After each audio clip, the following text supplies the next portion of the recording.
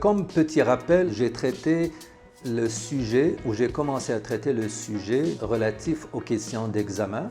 La première vidéo, j'ai défini la question et on a trouvé que la porte principale d'une question, ou pour rentrer dans le monde de la question et de là aller vers l'esprit de celui qui vous pose la question, c'est l'expression, les expressions utilisées souvent au début de la question. Et ces expressions, ils vont vous amener droit vers le besoin de la personne qui vous interpelle.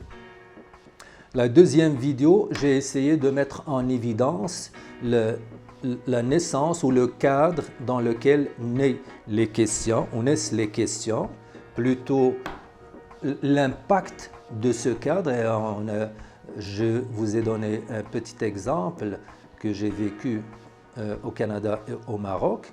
Et dans cette vidéo, je vais essayer d'aborder avec vous comment aborder les questions d'examen.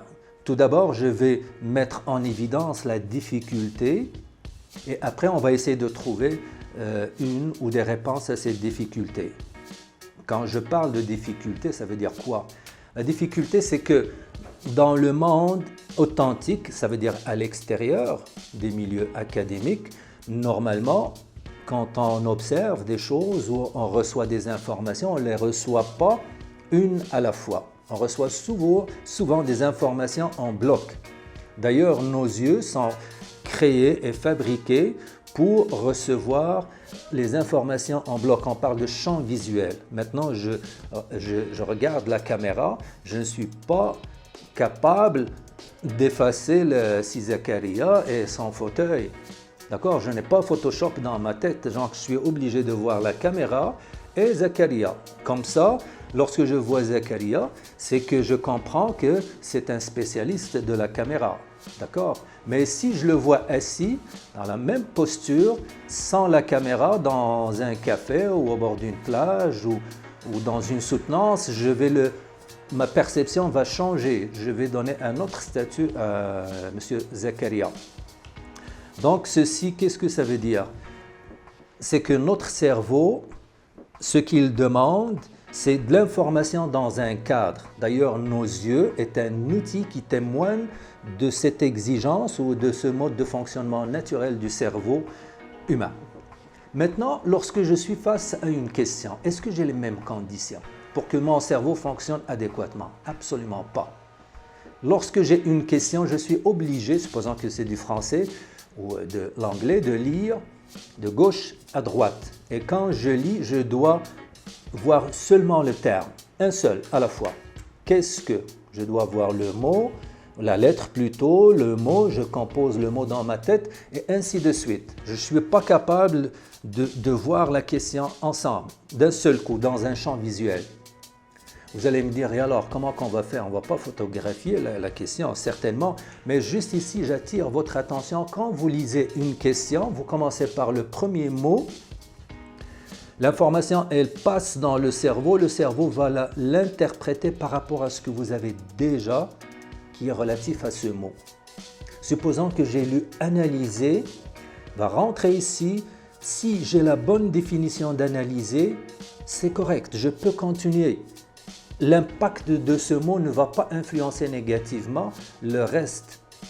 Par contre, si j'ai une définition qui n'est pas adéquate ou qui est partiellement erronée, là, cette erreur va se répercuter sur le reste. Ainsi de suite. Chaque mot que je mets, l'erreur va s'accumuler et à la fin, ma façon ou ce que j'ai compris de la question a pris toute une tangente par rapport là où il fallait que j'arrive, le point d'atterrissage. D'accord? Donc, c'est très, très, très important de prendre conscience que lorsqu'on nous lisons, nous sommes soumis à un mode de fonctionnement qui n'est pas naturel au cerveau humain. Ça veut dire qu'il faut prêter attention tout simplement. D'accord? Parce que, remarquez dans la nature, supposons que vous voulez traverser la rue, vous ne pouvez pas, heureusement, voir juste la voiture, zapper le reste, puis après voir la lumière rouge, zapper le reste. Vous n'allez jamais arriver à traverser. Parce que c'est très compliqué. Lorsque vous allez voir la lumière, la voiture s'est déjà déplacée. D'accord? C'est très, très, très difficile. Et aussi, dans la réalité, lorsqu'on veut traverser la rue, on ne fait pas comme ça, là. C'est comme en lisant. La lecture, c'est un monde spécial. Donc, on est déjà dans une situation qui est trop délicate et qui n'est pas en adéquation avec le mode de fonctionnement naturel de notre cerveau. Qu'est-ce qu'on fait dans ce cas, selon vous? Avez-vous une idée? Moi, je peux vous proposer une solution. Elle n'est pas parfaite, mais croyez-moi qu'elle fait toute la différence. D'accord?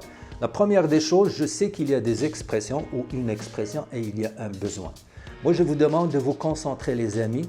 Essayez de trouver les expressions utilisées par celui qui pose la question. Mettez-les à côté, écrivez-les, peu importe l'ordre.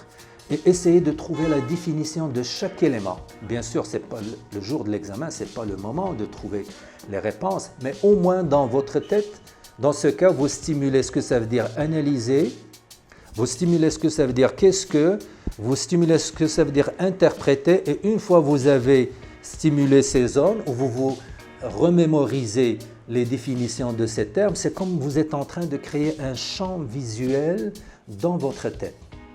Après, relisez la question pour essayer de la contextualiser ou bien la comprendre par rapport aux besoins. Et croyez-moi, en faisant ainsi ou en agissant ainsi, la première des choses, vous bloquez l'automatisme de votre cerveau. L'automatisme, c'est lorsque je reçois une information, le cerveau va l'interpréter par rapport à ce qu'il a d'une façon extrêmement rapide, au point que je ne prends même pas conscience que mon cerveau a déjà fait ça, et il me donne une proposition, une action, une réaction, et moi je pense que c'est la mienne alors que ce n'est pas vrai. Donc en vous arrêtant, vous bloquez cet automatisme de votre cerveau, vous définissez chaque terme, ou vous essayez de remémoriser chaque terme, son sens, et après vous relisez la question. Croyez-moi que l'erreur, vous la réduisez au strict minimum. D'accord?